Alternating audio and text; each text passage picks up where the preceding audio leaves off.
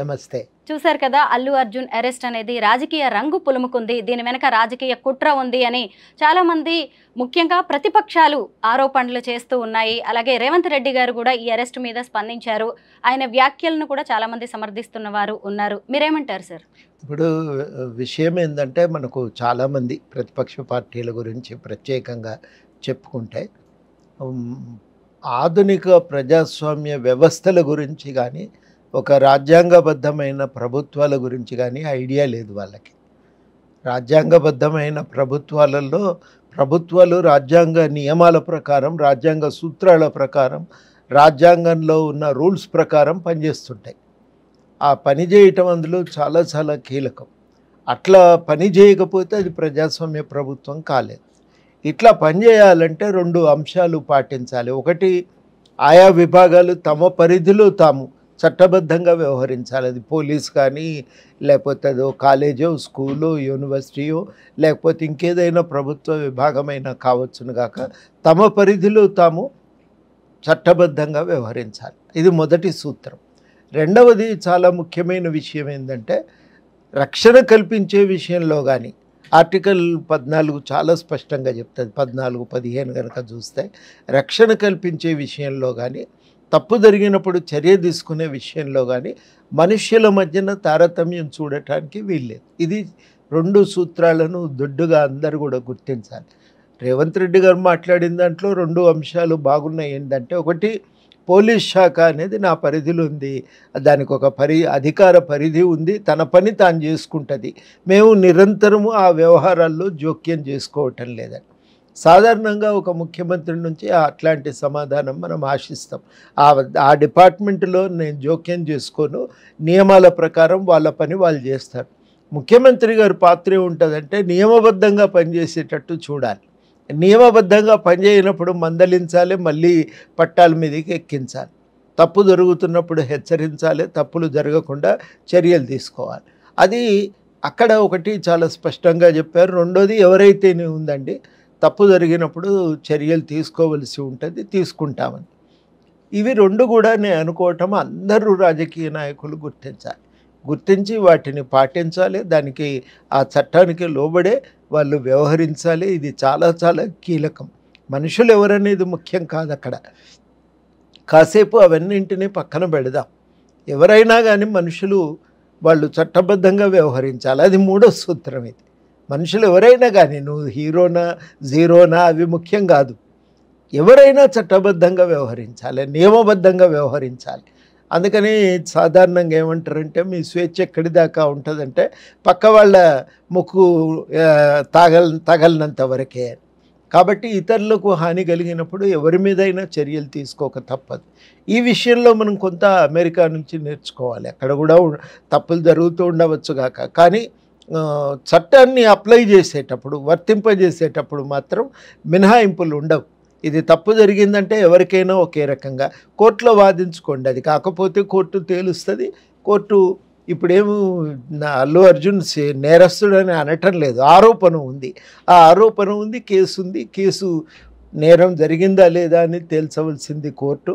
అది కోర్టు పరిధిలో ఉన్నది. అది మనం గ్రహించవలసినటువంటి విషయం.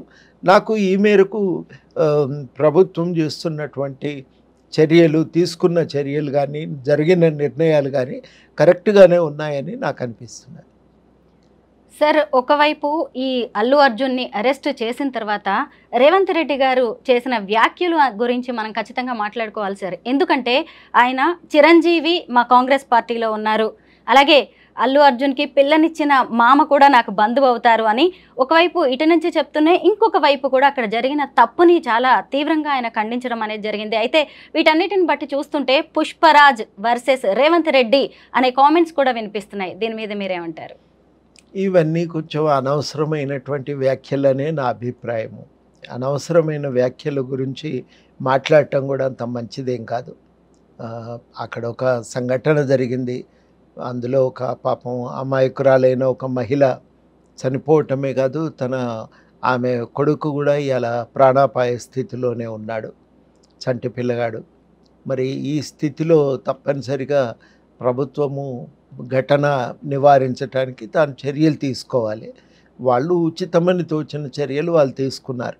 వాటి మంచి చెడును చివరికి కోర్టు నిర్ణయిస్తుంది, నిర్ధారిస్తుంది. కానీ వాళ్ళు ఆ మేరకు చర్యలు తీసుకోవటం కూడా అవసరం. ఎవరి ప్రాణమైనా ఒకటే, తప్పు చేస్తే ఎవరైనా ఒకటే. ఈ సూత్రాన్ని పాటించటం మంచిది.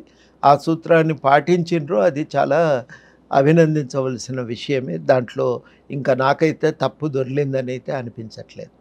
సంధ్యా థియేటర్ ఘటన తర్వాత వెంటనే తెలంగాణ సర్కార్ రెస్పాండ్ అయింది. ఇక మీదట రిలీజ్ అయ్యే సినిమాలు వేటికి కూడా స్పెషల్ షోస్, బెనిఫిట్ షోస్ ఉండవు అని చెప్పేసి సినిమాటోగ్రఫీ మినిస్టర్ కోమటిరెడ్డి వెంకటరెడ్డి గారు వెంటనే అనౌన్స్మెంట్ అనేది చేశారు సార్. అయితే ఆ తర్వాత చూసినప్పుడు మళ్ళీ దాన్ని అక్కడికి వదిలేయలేదు. ప్రభుత్వం బాధ్యత అయిపోయిందని చేతులు దులుపుకోలేదు. అరెస్ట్ వరకు కూడా ప్రభుత్వం దీన్ని ఫాలో అప్ చేసింది. అంటే దీన్ని మనము ఇప్పుడు సినిమా ఇండస్ట్రీకి, సినిమా స్టార్స్కి ఒక లెసన్గా చూడొచ్చు అంటారా సార్? తప్పనిసరిగా ఒక హెచ్చరికనే.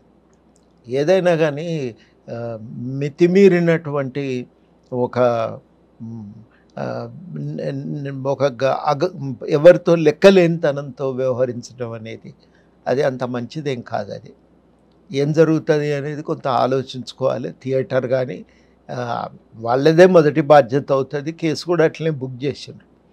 నిర్వాహకులు కాబట్టి వాళ్ళు జాగ్రత్తలు తీసుకోవాల్సి ఉండే, తీసుకోలేదు. ఏమవుతుంది అనేది ఆలోచించుకోవాలి.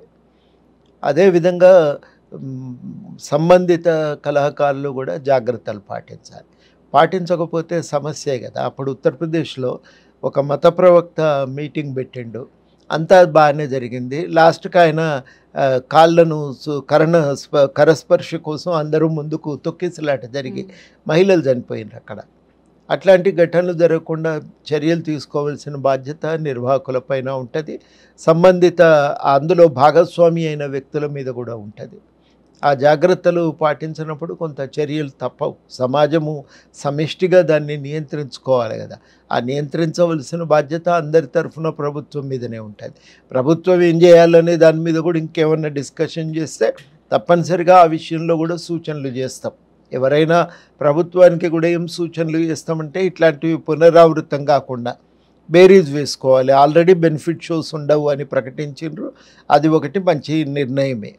మరి దాంతో పాటుగా ఇంకేం చర్యలు తీసుకోవచ్చు అనేది కూడా ఆలోచించుకొని వాటిపైన కూడా ఏదన్నా సూచనలు ఉంటే అడిగి ప్రజల నుంచి, పౌరుల నుంచి ఆ సూచనలను కూడా దృష్టిలో పెట్టుకొని భవిష్యత్తులో ఇట్లాంటి తొక్కిసలాటలు జరగకుండా కొంత చర్యలు తీసుకోవాలి. అది మీరు ఏ రకంగా పోలీస్ డిపార్ట్మెంటు ఉచితమని తోస్తే ఆ రకంగా వాటిని ఒక జీవోలో లాగానో ఒక ఉత్తర్వుల్లాగానో వాటిని జారీ చేస్తే అవి కూడా కొంత ఉపయోగకరంగా ఉంటాయి.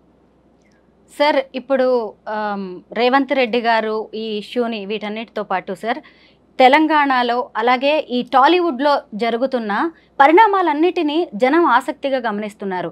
ముఖ్యంగా మంచు ఫ్యామిలీ ఇష్యూ గురించి మనం మాట్లాడుకోవాలి. సరే, వాళ్ళ కొడుకులతో జరిగింది, మోహన్ బాబుకు ఉన్నదంతా ఫ్యామిలీ ఇష్యూగా చూసినప్పుడు మరి మీడియా మీద మోహన్ బాబు దాడిని మనం ఎలా చూడాలంటారు?